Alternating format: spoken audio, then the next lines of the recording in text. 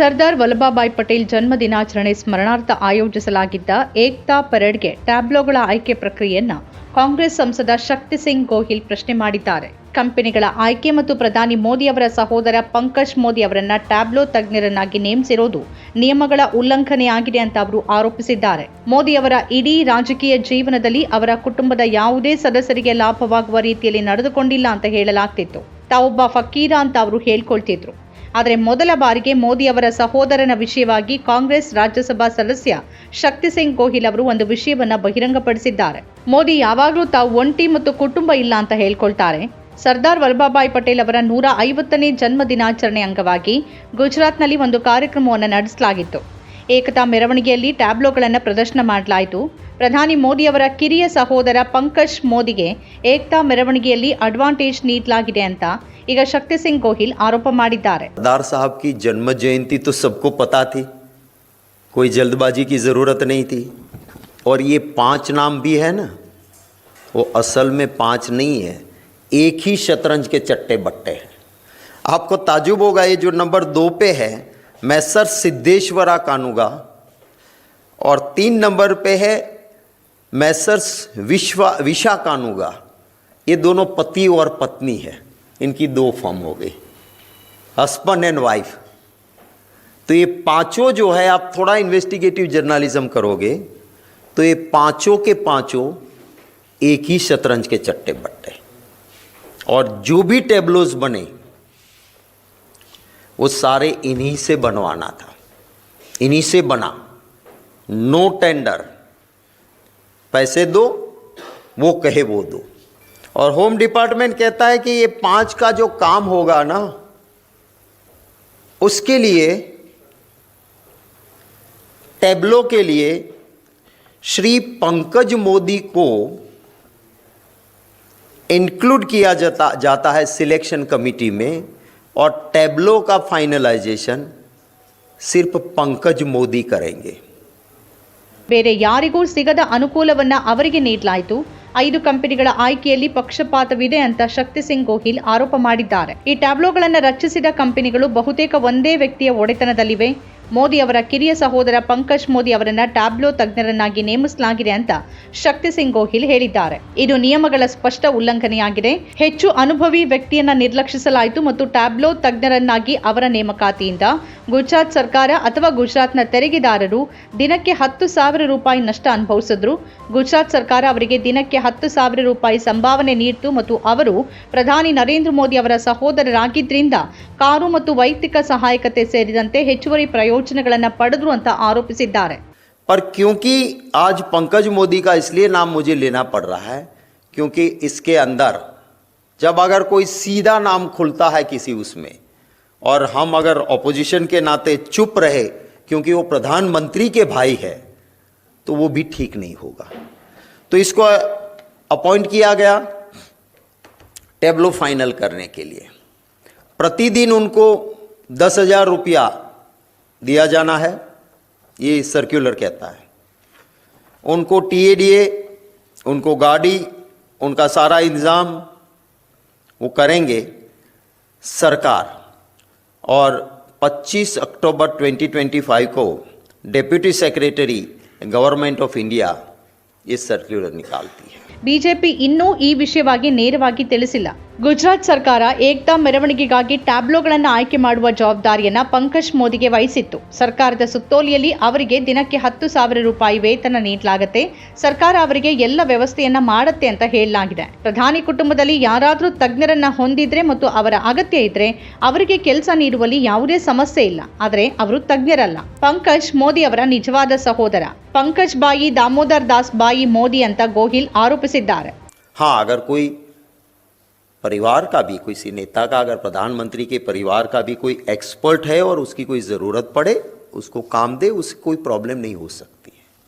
पर ये कोई एक्सपर्ट नहीं है. पंकज मोदी उनके रियल ब्रदर है, पंकज भाई दामोदर दास भाई मोदी. ಪಂಕಜ್ ಮೋದಿಯ ಸರ್ಕಾರಿ ಹುದ್ದೆ ಮತ್ತು ಬಡ್ತಿಯ ವಿಚಾರದಲ್ಲಿನ ಅವಾಂತರಗಳ ಬಗ್ಗೆನೂ ಗೋಹಿಲ್ ಆರೋಪ ಮಾಡಿದ್ದಾರೆ. ಪರಿಶಿಷ್ಟ ಪಂಗಡದಿಂದ ಬಂದ ಎಂಎಂ ಬಾಬ್ಡಿಯಾ ಮತ್ತು ಜಿಎಂ ದಾಮೋರ್ ಕೂಡ ಸೇವೆಯಲ್ಲಿದ್ದರು.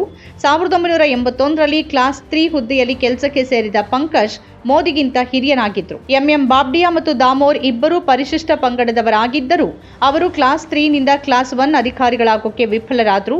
ಅವರೊಂದಿಗೆ ಕ್ಲಾಸ್ 3ಗೆ ಸೇರಿದ ಒಬ್ಬ ಅಧಿಕಾರಿಯೂ ಕ್ಲಾಸ್ 1 ಆಗಲಿಲ್ಲ. ಪಂಕಜ್ ಮೋದಿ ಎಂಬ ಒಬ್ಬ ವ್ಯಕ್ತಿ ಮಾತ್ರ ಕ್ಲಾಸ್ 3ಗೆ ಸೇರಿ ಕ್ಲಾಸ್ 1 ಆದರು. ಅವರು ಕ್ಲಾಸ್ 1 ಆಗಿದ್ದು ಹೇಗೆ ಅಂತ ಗೋಹಿಲ್ ಪ್ರಶ್ನೆ ಮಾಡಿದ್ದಾರೆ. 11 मार्च 1981 में इंफॉर्मेशन डिपार्टमेंट में क्लास 3 की पोस्ट पे उसको नौकरी मिली थी. ये इनके साथ इनके सीनियर और शेड्यूल ट्राइब से आते हुए एमएम बुबड़िया, जीएम डामोर, वो भी सर्विस में थे.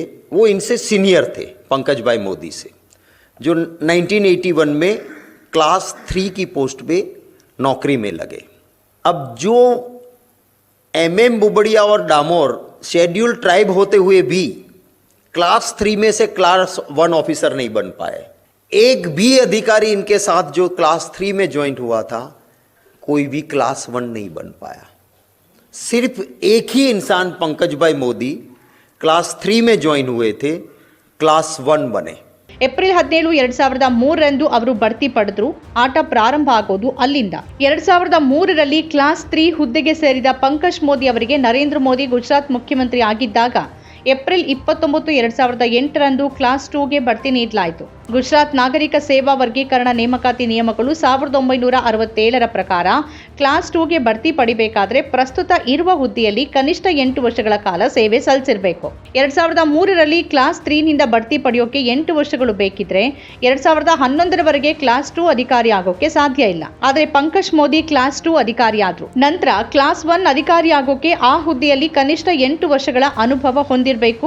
ಆದರೆ ಅವರು 2014ರಲ್ಲಿ ಅಂದ್ರೆ ಕೇವಲ 6 ವರ್ಷಗಳಲ್ಲಿ क्लास 2 निंदा क्लास 1 ಗೆ ನೇರವಾಗಿ ಹೋದ್ರು.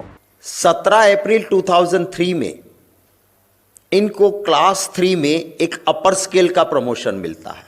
वो प्रमोशन मिला, वो सबको मिलता है, उनको भी मिला. यहां से गेम शुरू होती है. 2008 जब आज के प्रधानमंत्री जी गुजरात के मुख्यमंत्री थे, 29 अप्रैल 2008 में पंकज भाई मोदी, जो कि क्लास 3 की हायर पोस्ट पे 2003 में आए थे, 2003 में क्लास 3 हायर पोस्ट, वहाँ से उनको 29 अप्रैल को क्लास 2 बनाया गया. अब हमारा Gujarat civil services classifications recruitment rules 1967 है. वो रूल क्या कहता है कि अगर मुझे प्रमोशन क्लास 2 का मिलना है तो मैं जिस पोस्ट पे हूँ वहाँ मुझे कम से कम 8 साल होना चाहिए. अब 2003 में जो क्लास 3 हायर स्केल में गए, उनसे आप 8 साल गिनो तो 2011 तक वो क्लास 2 नहीं बन सकता है. पर पंकज भाई मोदी क्लास 2 बन गए. क्लास 2 बनने के बाद क्लियर पोजीशन है कि क्लास 2 में आप जब जाते हो, तब